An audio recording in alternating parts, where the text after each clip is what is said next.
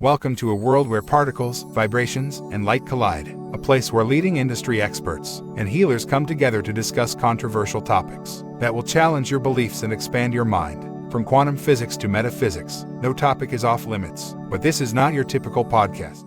I'd like to know if you could give us some pointers on dealing with the triggers. Well, remember, you can't get triggered unless you have a belief that you can be triggered, right?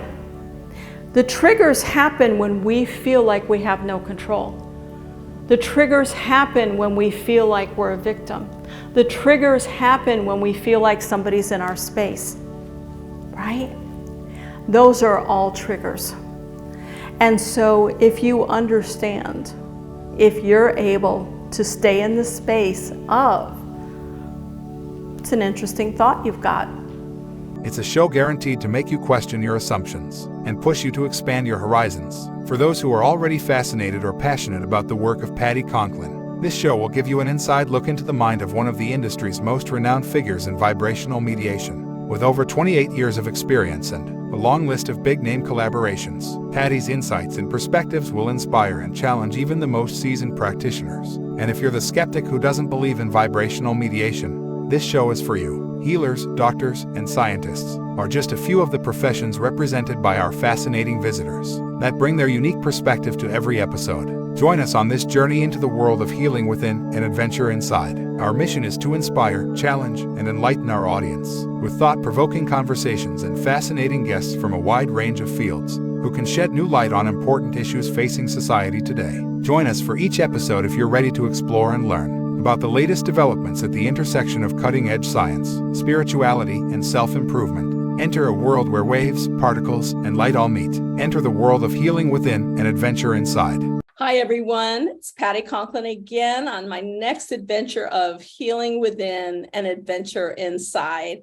And I am so thankful to have my guest here today because I think we're kindred spirits and in our love of traveling and exploration and people and all that wonderful, wonderful part of the world that we don't really talk about a lot. So my guest today is Beebee Bahrami. And I'm so happy to have you on, Beebee, and just allowing my audience to get to know you, because just in the few minutes we've been talking, I can't wait to hear about some of your thoughts and adventures and parts of the world and all that good stuff. So let's hear about you. What got Beebee where Beebee is? What a fun question. Thank you first for having me. It's such a pleasure to be here, Patti. A long road. I think we all, if we look back on our stories, we realize where we are right now is a long and rich narrative. And definitely, since I was very young, I was always interested in other cultures and languages. And I thought, I want to be a writer. That was the one thing that kept coming to me. And I did many things before I fully committed to the writer's path as a full-time writer. I trained in anthropology. I got my doctorate in anthropology, and that was huge in both, giving me more experience in the world cross-culturally, as well as appreciating my own culture right here in America and learning other languages. And it also gave me a lot to write about, a lot of rich experiences. And so I've been a freelance writer and anthropologist for over 20 years now, and I'm always finding rich, amazing material to write about. My area of special interest is spiritual traditions and experiences, and especially in Spain and France, and sometimes Portugal and Morocco, also the United States. But I really focus on Spain and France, and especially the Camino de Santiago and the rich legacy of this medieval pilgrimage road that has a lot of deep roots. It really does. And as I had mentioned to you before we came on air, that I had been on the Camino route just a little bit when I was in France last year.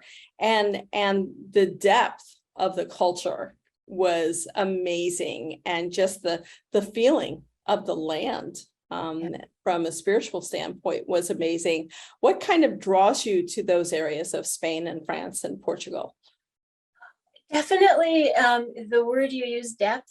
There's so much, I mean, there's depth everywhere, but this is a part of the world where we've had a human presence for over 1 million years. Yes. You know, and that is something wild to experience when you realize other human beings have walked across this landscape for that long of a time, and that they were drawn there for certain reasons, and even today you still feel the old reasons. I mean, it's a geography that is rich in natural resources of good food, good shelter, beauty, and and then I started really hearing the folk stories of these areas, and they grabbed me like they were my own inheritance.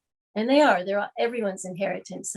But those particular stories really called to me. And I thought, I want to go deeper and deeper into these cultures and this landscape that has created these. I mean, stories. wow, when you talk about, and I'm sure everybody's eyes popped open when you said, it's a land that's had, civilization or culture for 1 million years. When so many people still feel that, we're 2,000 years into our civilization.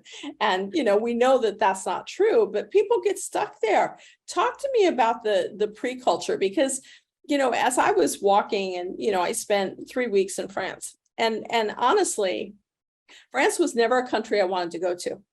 Out of all the countries I've traveled to in 62 countries, I never wanted to go to France. It was just like, just didn't want to go there. And so I always feel like if there's a reason I don't want to go somewhere, there's more reason to go there, because it's obviously something to learn. And Right. It was magical. It was magical. Talk to me about if you don't mind, about the pre-culture of France. Sure. On that, since, yes, I've been to Spain, yes, I've been to Portugal, but France really kind of grabbed me, and it's still deep in processing my trip there. Yeah. Talk Well, to me about pre-culture. Yeah, I would first mention that, we think we know France because it's familiar, people of the Western world, France is one of those places that, we learn about early, and we think we know it. We think we know Paris, we think we know all the icons of the country and ideas about the culture. But what I love about going into a place that a lot of people think they know is finding the things that are quite surprising and unexpected. And sometimes even the French go, oh, I didn't know that, about my own culture.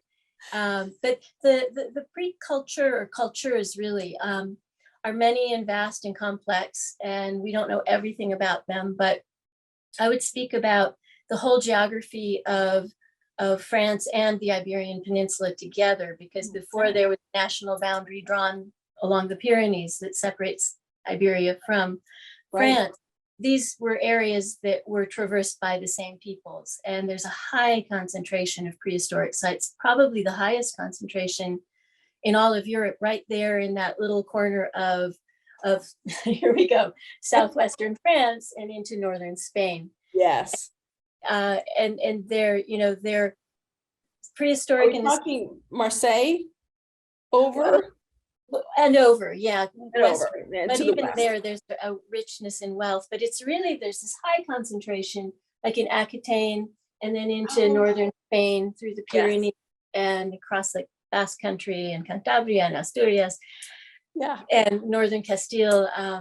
It's on the Camino. It's in northern Castile, very close to the city of Burgos, where we have the oldest site of human presence, which is 1.2 million years old at Atapuerca.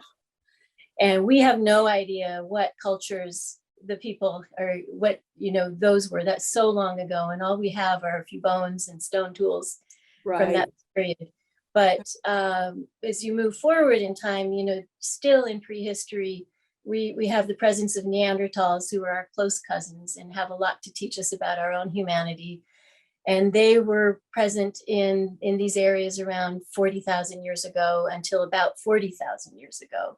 Wow. And then anatomically modern humans like us, started arriving in these geographies maybe as early as 50,000 years ago.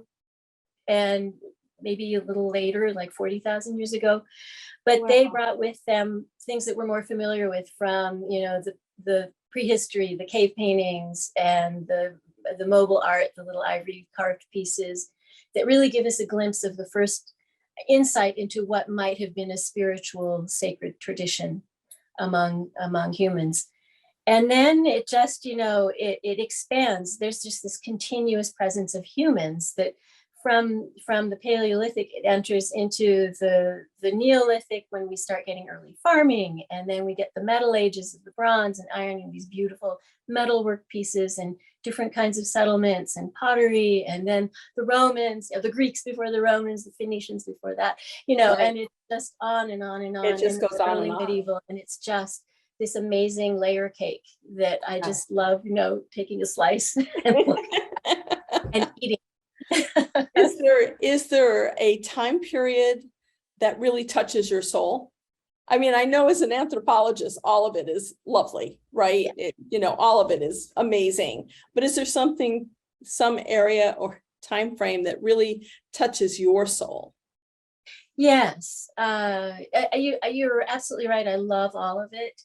And I find myself really intrigued by that transition from the Neolithic and into the Metal Ages, because we're getting more people on the land, and they're domesticating plants and animals, and some are semi-nomadic or nomadic, and some are now farmers. And then they're these, maybe because the traditions are a little bit more intact and we can understand a little bit more about them. But this is also where I think some of the folk stories that I really was drawn by in both France and Spain. Seems like we're frozen. I'll wait for a second. All right. And I think, that transition from the Stone Age into the Metal Ages, into the Bronze and Iron Ages, that intrigues me the most, because we have more information and we're starting to see more material remains and more settlements. And also I think that some of the roots of the folklore that I really was drawn to starts to emerge from that time period. And it creates this continuity of this rich fabric that is still a foreign country. It's an unknown to the modern mind, but it has more information that we can really look at. Yeah. It seemed to me for my short time there that old culture or older culture really still imbibes the newer generations.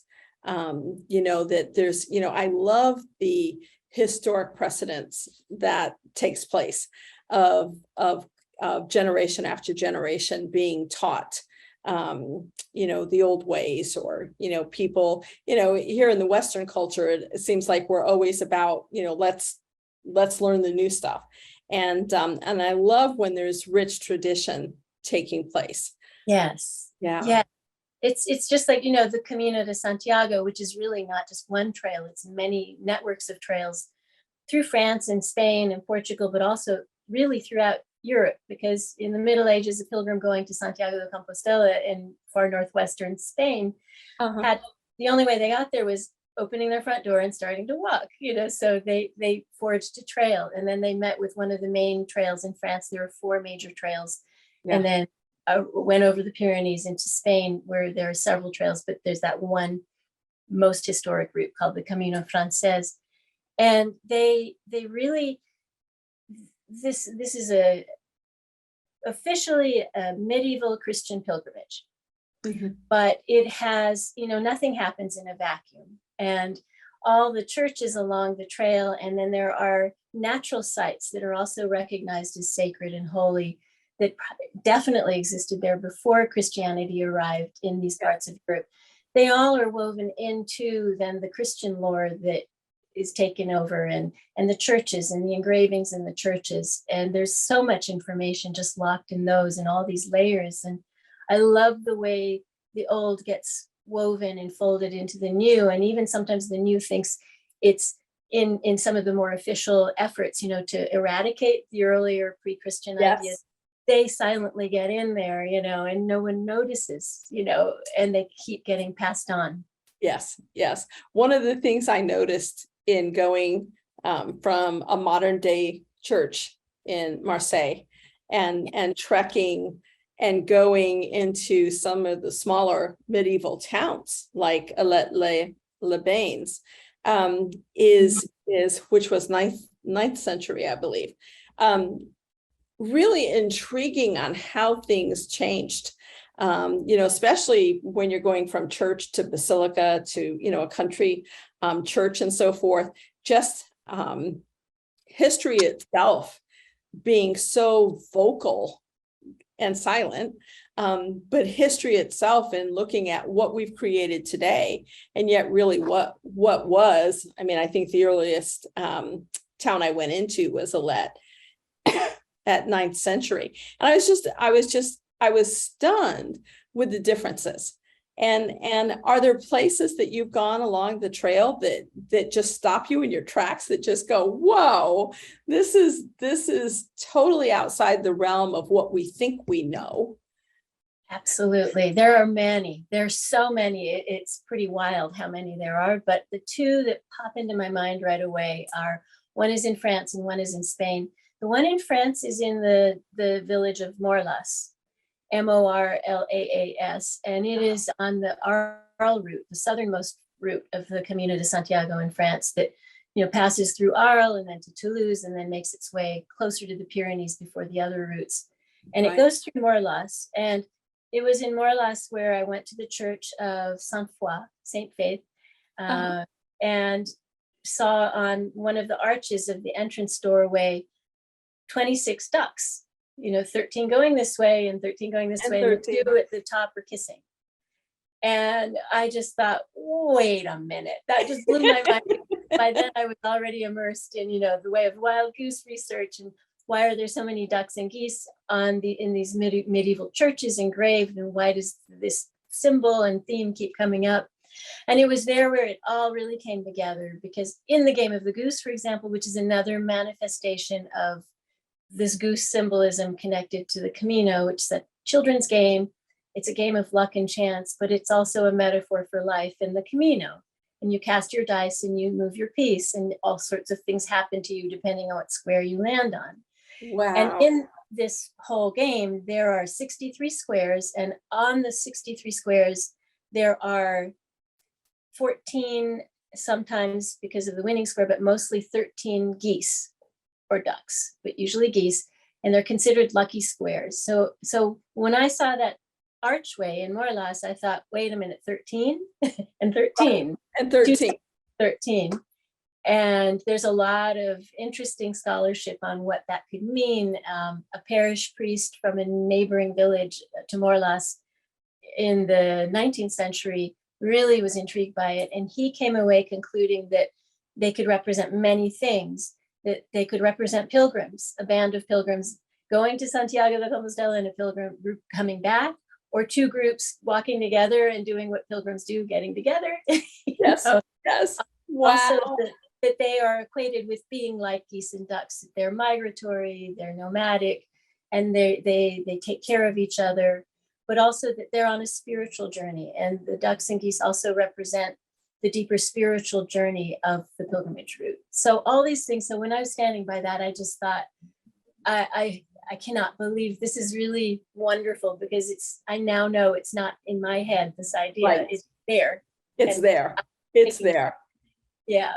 How amazing is that? I mean, I think that, you know, as a world traveler, and I just, you know, as things have been slowing down, I enrolled at Harvard Extension for anthropology, because I kept saying, if I lived life all over again, and I had a choice of what I wanted to be, it would be an archaeologist. And so, you know, they have their anthropology program and then master's is archaeology. And I'm like, and they're like, but you've got to spend, I think, one semester every 3 years, you know, either on campus or on a dig site. And I'm like, oh, such a loss. I mean, I can't wait to get there.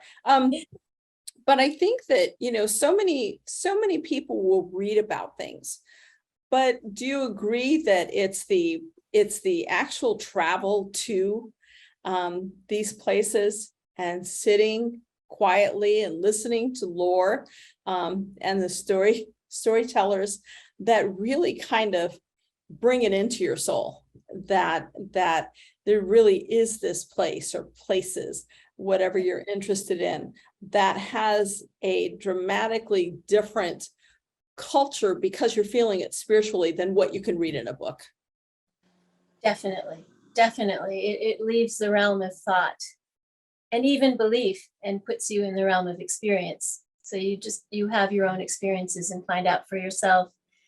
And there's a magic. I mean, a person can have a rich spiritual practice and experiences right at home, right where they are. Yes. But the power of pilgrimage is it takes you out of your familiar world and it throws a lot of surprises at you, things that you couldn't expect, just for the risk you took to step away from the familiar and everyone that you know and the culture you know and the daily structure that you know, to suddenly find yourself walking with a bunch of people you've never met and would have never met in any other way.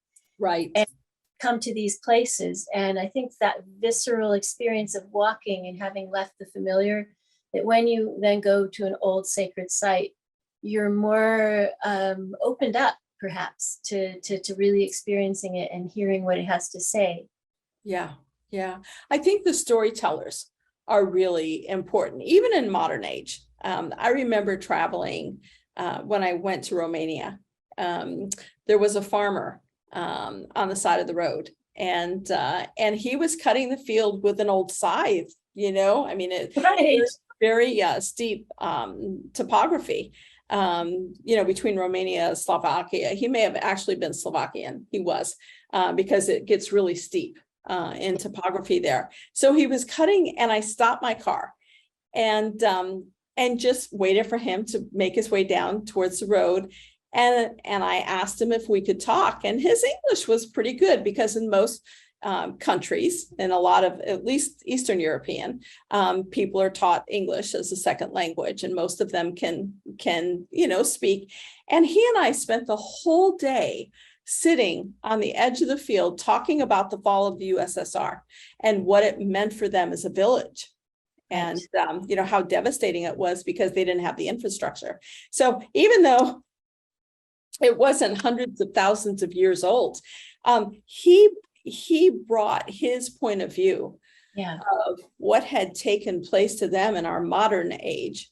And he was in his 80s. I mean, just an absolutely lovely man. And it's a conversation I'll carry with me my entire life, because he was so eloquent and thoughtful in his thoughts. And I think that there's so much to be learned. And you couldn't have gotten that in a book, and he's telling a story about this wonderful American he had this rich conversation with. Yeah. And is by telling his people things that he learned from you. Yes. And that is that's the best of, that's the best of travel and pilgrimage. Yes, it really is. It really is. What took you into anthropology? I mean, I know you had a love of culture, but what was going on in your early years that just kind of led you to this? Where were you born? I was born in Colorado. In Colorado, yeah. Yeah. And grew up born and raised in Boulder, Colorado. Sure. But my parents had immigrated to the United States. My father was a college student. In 1949, he came to the United States from Iran and went to the University of Colorado and earned his degree in engineering. And in the mid-50s, when he went back home, he just couldn't shake from himself how much he fell in love with American culture. And he had forged the deepest friendships of his life in those years that he was in Colorado. So when he and my mom got engaged and then got married, he proposed to her. He said, how would you feel about going back? And I want you to meet my friends in Boulder, and they went back and she met his friends, and they became dear lifelong friends, and they made their life there. So my brother and I were born there, and we still heard, my parents still spoke Persian in the house. So we grew up with this bilingual and bicultural atmosphere. And I think that was really the beginning, at first it was trying to make sense of how can there be two cultures and two languages. As a little kid, you're like, wow, there's ways of saying things and thinking about things. But then as I got older, I also realized that I was merging the two and creating my own culture. Yes. And so I feel like I'm much more American than Iranian. I still have these sensibilities from the Iranian culture that inform things and give me a different perspective. And I just thought, what is that? And I realized it's really complex. And even if a person grows up in just, one culture and one language, that person still is carrying a unique version of that culture within them. And so we're all complex and we're all rich. And I just thought, I want to learn more about this experience of being human and how we manage to actually get along. Yeah. But it took a while for me to really articulate all that. I was interested, but I was also just like really serious and practical young kid. And I went to college and I majored in molecular biology, and I got my degree in molecular biology. And then I realized after doing lab research and also thinking about medical school that these were not a good fit for me. Yeah. I remembered my earlier dream of being a writer. And I was lucky my last semester in college. I also went to the University of Colorado, like my father and my mother and my brother. I won a fellowship to study abroad in southern Spain because I've been studying Spanish. So I think that was the pivot of I was able to go and immerse myself for 6 months in this entirely new culture that interested me and work on the language skills that I had acquired in formal education. Right. And it really brought home how amazing and powerful culture is in different cultures and different languages, and how you can broaden your ideas and your possibilities by learning just another language, and that's when I said, I came home, I'm going to graduate school in anthropology, and I applied to programs and got into one that really felt like a good fit. It took me to Philadelphia, and I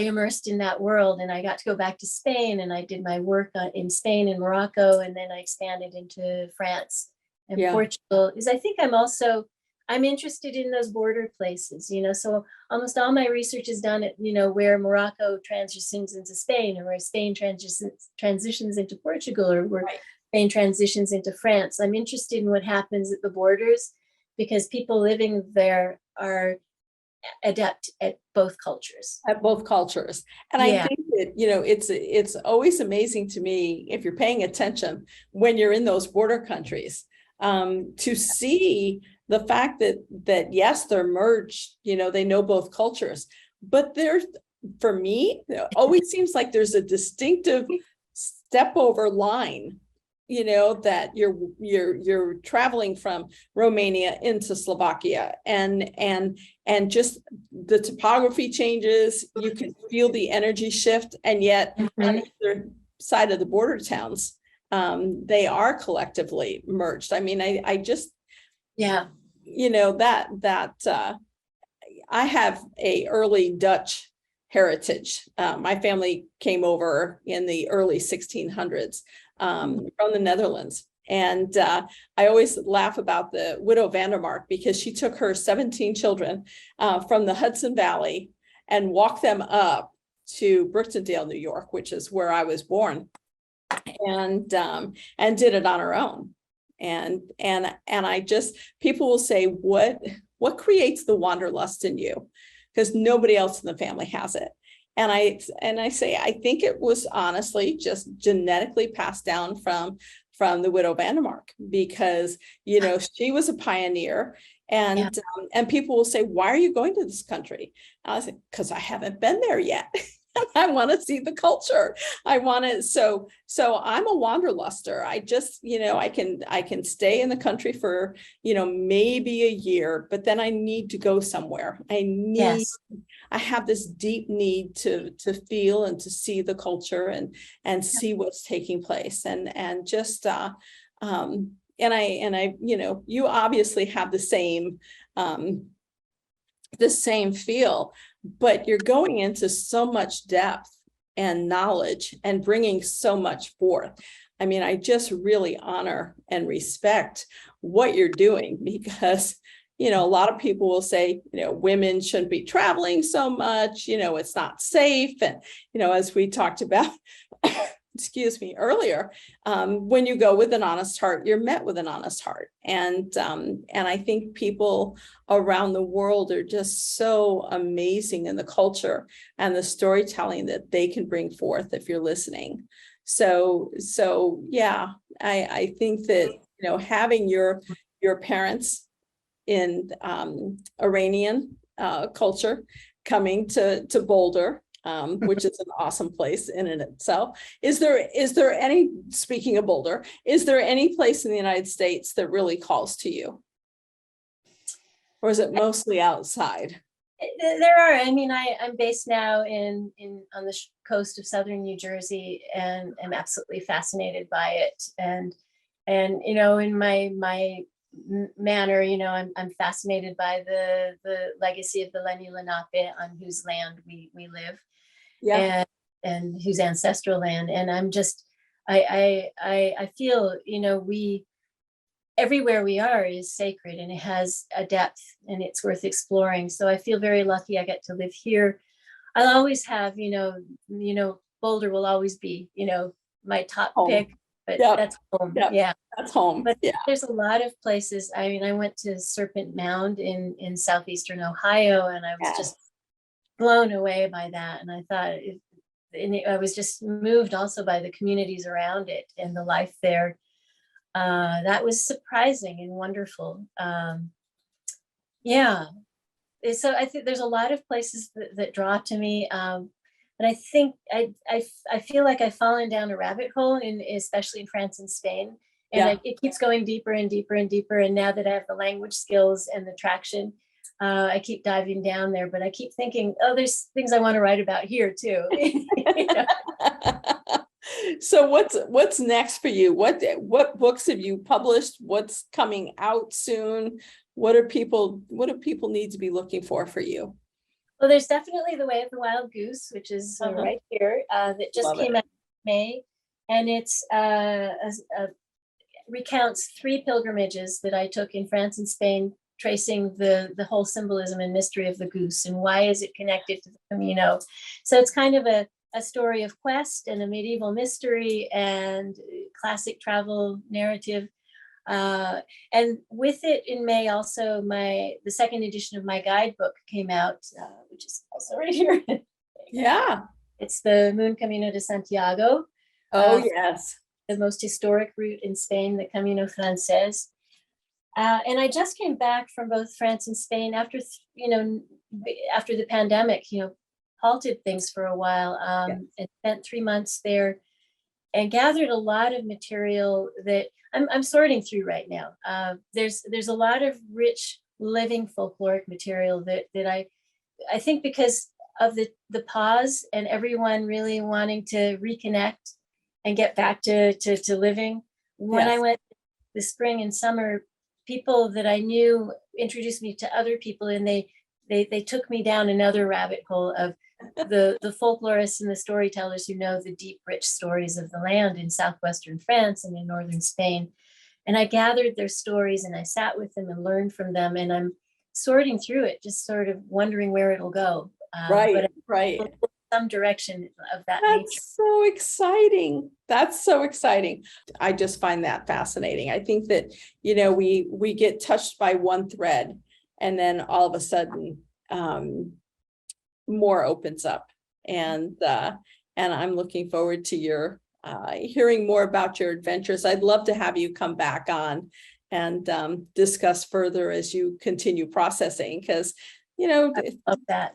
3 months is, a time to spend, but I can only imagine the processing of all of the information that you gathered and kind of going through the emotional aspect of putting it all together. That's a lot of work. Absolutely. A lot of Yes. work. So I appreciate you deeply and honor your work, and looking forward to having you back on and hear about your awards and some of your writing and some of your other treks, because you are definitely a fellow Trek. I think you've trekked a lot more than I have, but I've appreciated the countries I've been in. Yeah. And the people that are watching this around the world. So hopefully you'll get some phone calls going here and kind of look at what we have. So thank you so much, Beebee, Thank you. for being on. I really deeply appreciate it. And I really enjoy our conversation and hearing folks- about you too. I really look forward to more. Folks, look her up real quick. Thank you so much for being a part of today's show, and looking forward to our next episode. Thank you so much, folks.